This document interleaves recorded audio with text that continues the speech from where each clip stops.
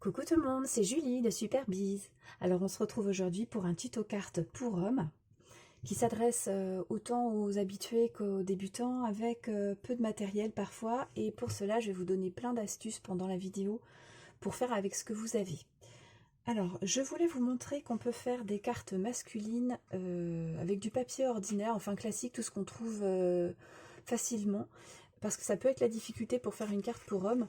Donc comme vous voyez, mes bases elles sont fleuries et c'était pas spécialement ce qui m'apparaissait le plus logique, en tout cas pour faire des cartes pour hommes. Mais voilà, je voulais sortir un petit peu des habitudes. Je vous ferai un tuto bientôt pour une carte pour hommes également, quelque chose de beaucoup plus neutre, très soft. Mais par rapport, moi là je voulais quand même quelque chose qui soit un peu travaillé, qui fasse son petit effet quand on veut offrir quelque chose, surtout que là il y a une petite série, donc il y aura une autre vidéo avec une autre créa, x2 d'ailleurs, vous allez voir pourquoi. Et donc j'ai utilisé un papier tout simple que j'ai trouvé chez Action. Donc ce bloc de papier, j'ai dû l'acheter à l'automne je crois. Il m'a coûté 1,99 € et vous voyez, à la base on part pas forcément sur quelque chose de masculin. Alors je vous montre le papier, ça c'est le papier justement que j'ai utilisé pour la première carte. Hop, il y a tout qui tombe d'un coup. Bon, je vous le montre rapidement, hein, mais pour vous donner des idées et pour voir qu'on peut faire avec tout ce qu'on a en fait. Il suffit de faire un petit peu preuve d'imagination et d'avoir le reste de la déco qui soit plutôt sobre. Hein, si vous avez du papier avec du motif, quand vous voulez faire quelque chose pour homme, il vaut mieux être sobre. Voilà.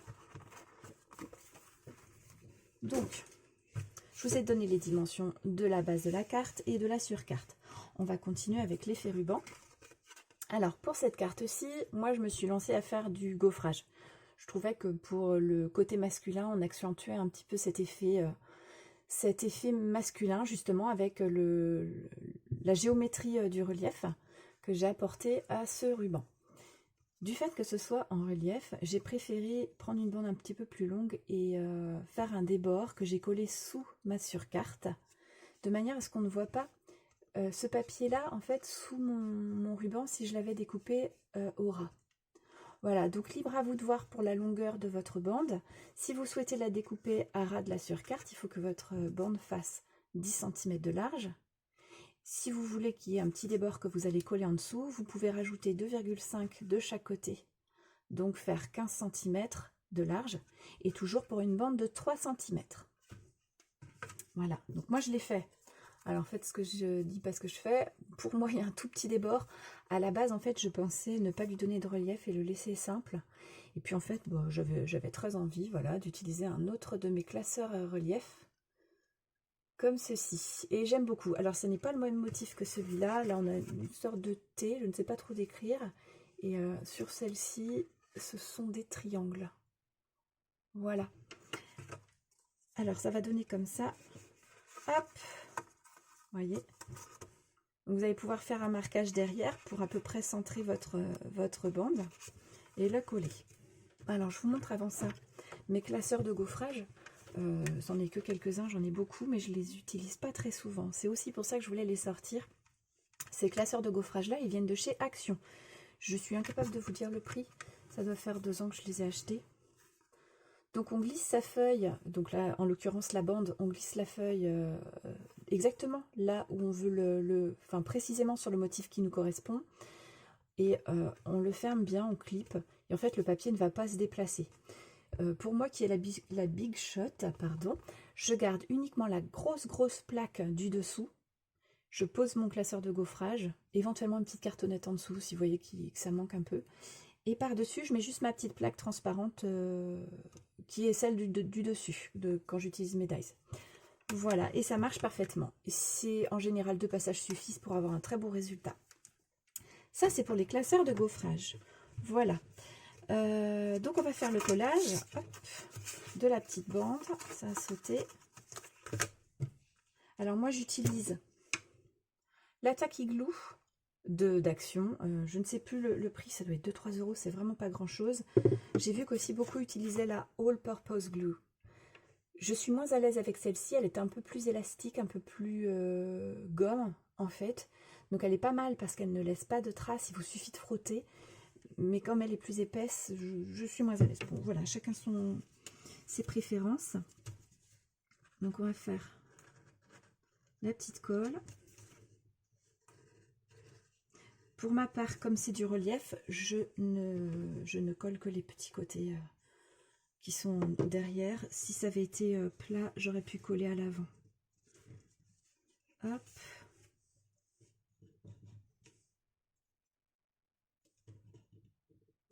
Je n'ai pas précisé, pour l'intérieur de ma carte, les deux petits papiers blancs que je rajoute sont normalement de la taille de ma surcarte.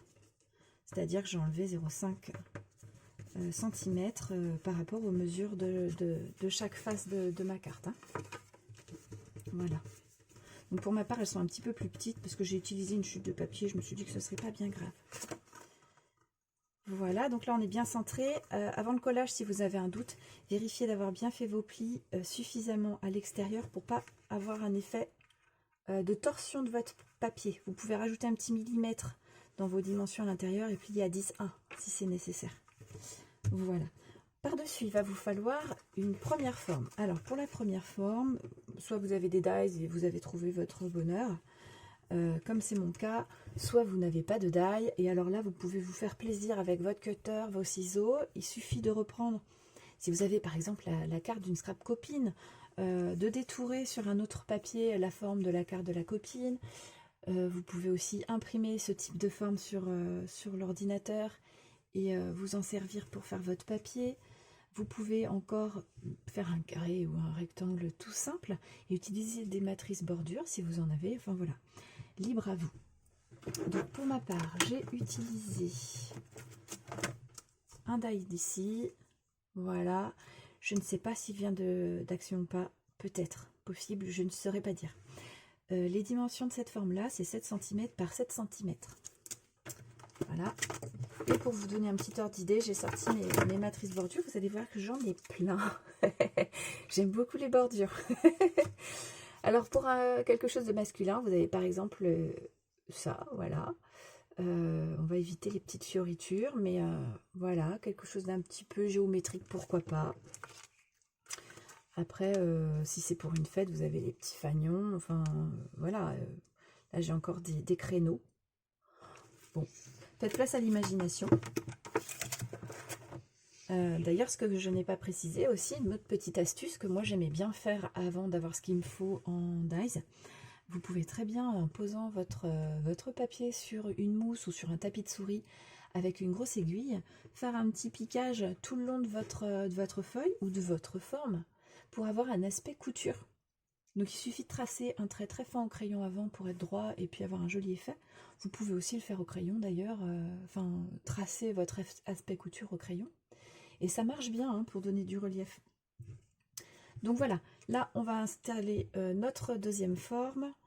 Pour celle-ci, je vais mettre du double face.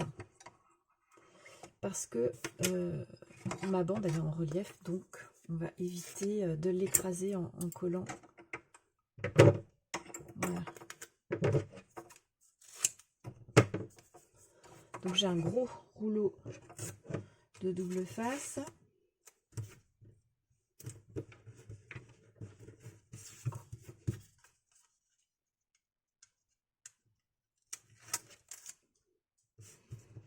Et je vais venir le centrer.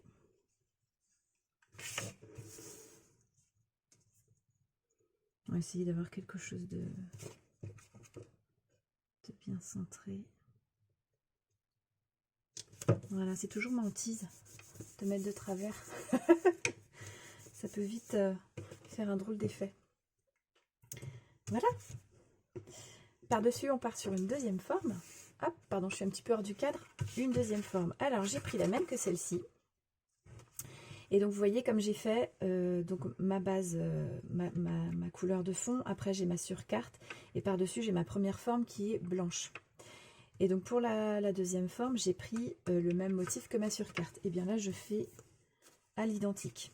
Je vais juste pas le positionner pareil. Là, j'avais mis ma pointe vers le bas. Et ici, je vais mettre mes pointes vers le côté. Voilà, comme ça. Donc ici, cette fois, je peux coller. Mais je crois que je vais rester sur le double face. On va être plus efficace. Tac.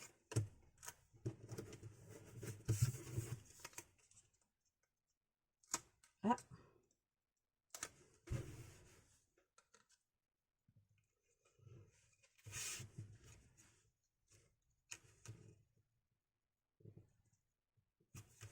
Voilà. Voilà, je l'ai centré, je voulais le décentrer un petit peu. Zut. Je viens de réfléchir seulement maintenant. Parce que ma découpe elle va être un petit peu envahissant et j'aurais bien vu ma forme décentrée. Bon, c'est pas bien grave. On y reviendra après. Alors je suis en train de me battre avec ma surcarte qui se déplace, mais en fait tout simplement parce que je ne l'ai pas collée. C'est vrai que c'est quand même plus simple quand on la colle. Voilà, donc on va faire ça dans la foulée. Hop.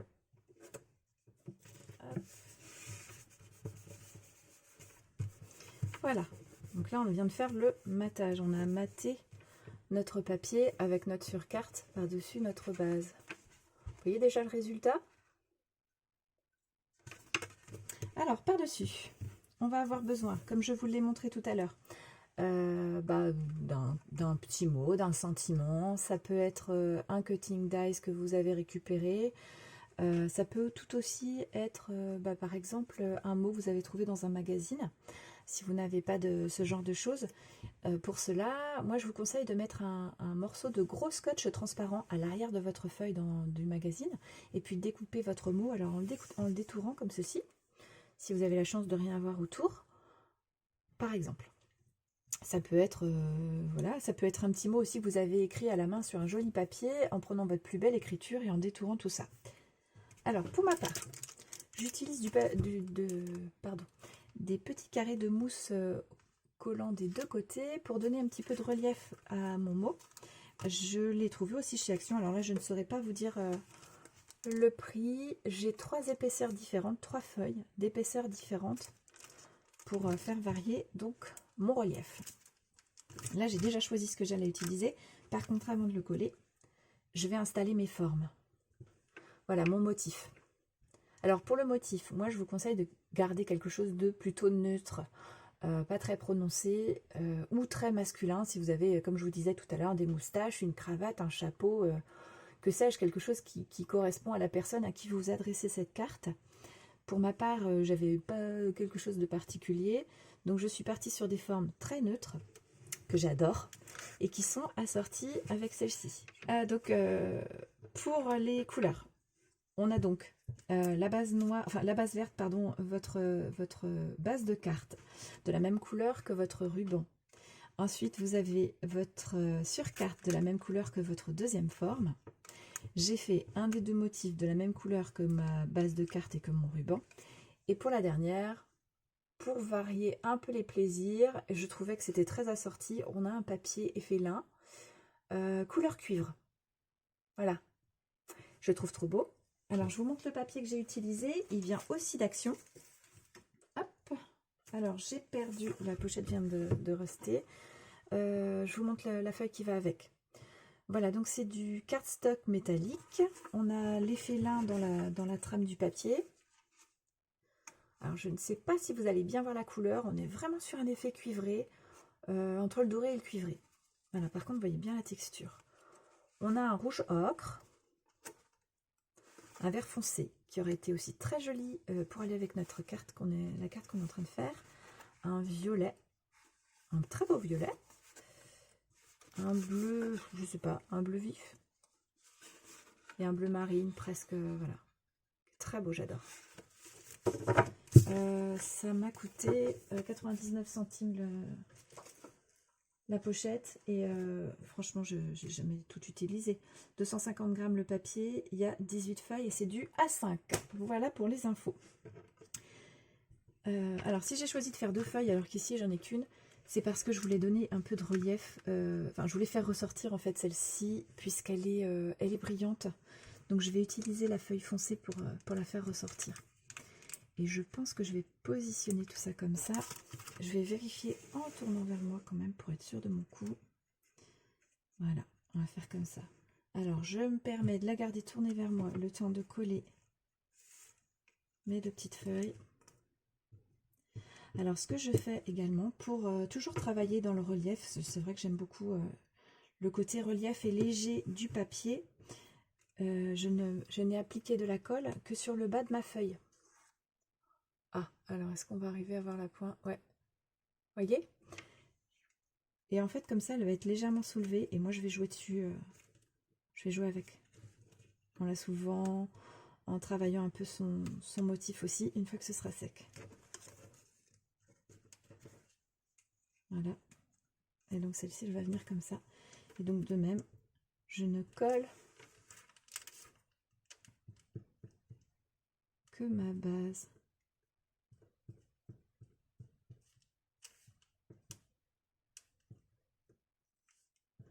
J'aime beaucoup l'effet très fin, fragile du papier. Donc les découpes très fines qui ne sont pas tout à fait collées partout. Voilà, je trouve que ça a beaucoup de charme.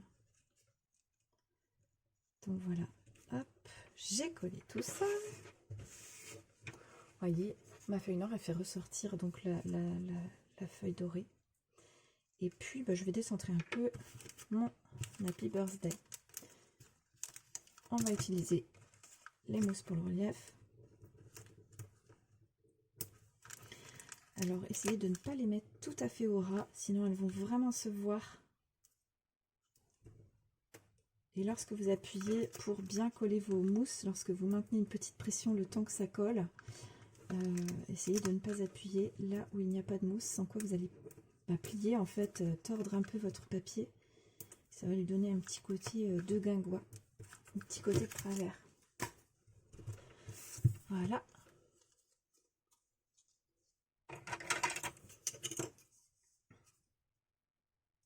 Alors si comme moi vous avez coupé vos ongles, hop, vous pouvez utiliser votre cutter pour soulever votre mot. Alors pour les personnes qui n'ont pas beaucoup d'équipement, vous n'avez pas forcément de tampons ou de sentiments, enfin de choses que vous pouvez ajouter.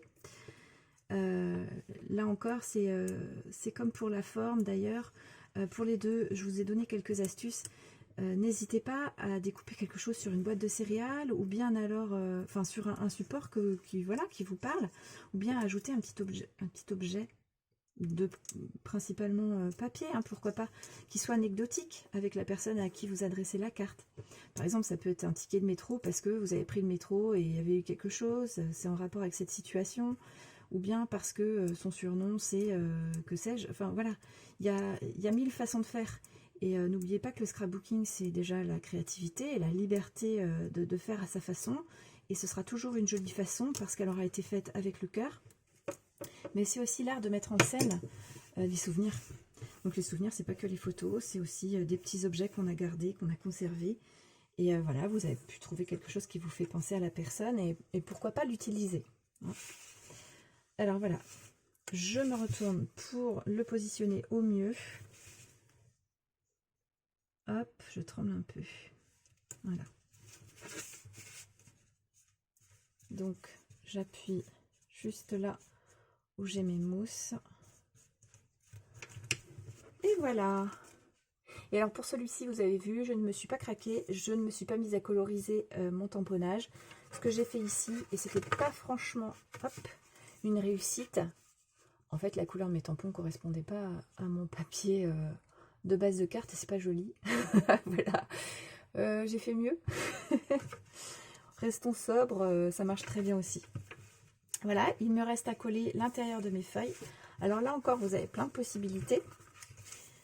Pour ici, il se trouve que j'avais envie de faire un petit rappel. Moi, j'aime bien, dans le scrapbooking, on fait beaucoup ça. On fait des rappels avec ce qu'on a sur notre créa. Ici, on a une bande avec un relief. Et ben, moi, j'avais envie aussi d'avoir une bande avec un relief. Comme ma base de carte, elle est brune, ben, je suis repartie sur du blanc. Et puis, j'ai découpé mon papier pour avoir 5 mm de largeur, une bande blanche, de nouveau 5 mm de bande brune, et puis le reste de mon papier qui va me servir à écrire mon petit mot. C'est une idée, on n'est pas obligé. J'ai repris la même forme que la deuxième forme, dans le même papier, mais juste d'une taille un peu plus petite. Voilà, on fait comme on le sent. L'intérêt, c'est vrai que d'avoir un petit rappel, ça habille quand même. Donc pour ma part, Alors que je choisisse les bons côtés. Je ne vais pas le coller devant vous. Je ne vais pas vous allonger la vidéo pour rien. Mais voilà, je peux très bien partir sur quelque chose comme ça. Ou ajouter... Bon, là, on n'est pas tout à fait assorti. Hein, je vais pas mettre ça. Mais vous auriez pu mettre quelque chose. Ou alors ça peut être une étiquette coupée en deux. Hop, que je couperai là dans la longueur. Moi, je pense que je vais faire encore plus simple. Quelque chose comme ça. Voilà. J'ai ça, pourquoi pas. Voilà. Quelque chose dans ce goût-là. Voilà. Donc ça, c'est mes petites idées. Ce que je ne vous ai pas montré, c'est qu'aussi vous pouviez utiliser en guise de forme les tags. Les tags, c'est peut-être quelque chose qu'on achète assez facilement au départ, quand on commence en scrapbooking. Vous pouvez très bien utiliser vos tags pour faire votre deuxième forme ou votre première. Enfin, vous voyez, moi j'ai plein de tailles de tags. On peut les couper en deux dans la longueur pour faire aussi un effet bande où le motif intérieur, ça peut donner un résultat tout à fait satisfaisant. Alors, je vous reprends dans un petit moment pour vous montrer une fois ma carte et son intérieur terminé. À tout de suite. Et voilà, on se retrouve avec les cartes faites. Donc, je vous montre celles que nous avons fait ensemble. Voilà, le résultat. Et puis l'intérieur que j'ai fait. Donc, je suis restée sur du ton sur ton. Juste un petit rappel avec la découpe en vert foncé. Et puis un petit tampon en rapport avec l'anniversaire, puisque cette carte-là, c'est pour un anniversaire. Voilà. Le ton sur ton fonctionne très bien pour l'esprit homme, masculin. Voilà, c'est une bonne astuce à retenir. Voilà, qu'en pensez-vous? Et j'en ai fait une deuxième avec des chutes de papier qui viennent du même album pour vous montrer que ça fonctionne toujours, cet assortiment, cette combinaison. Donc la base de carte, la surcarte, et puis la bande effet ruban, les deux formes, le motif et le tampon.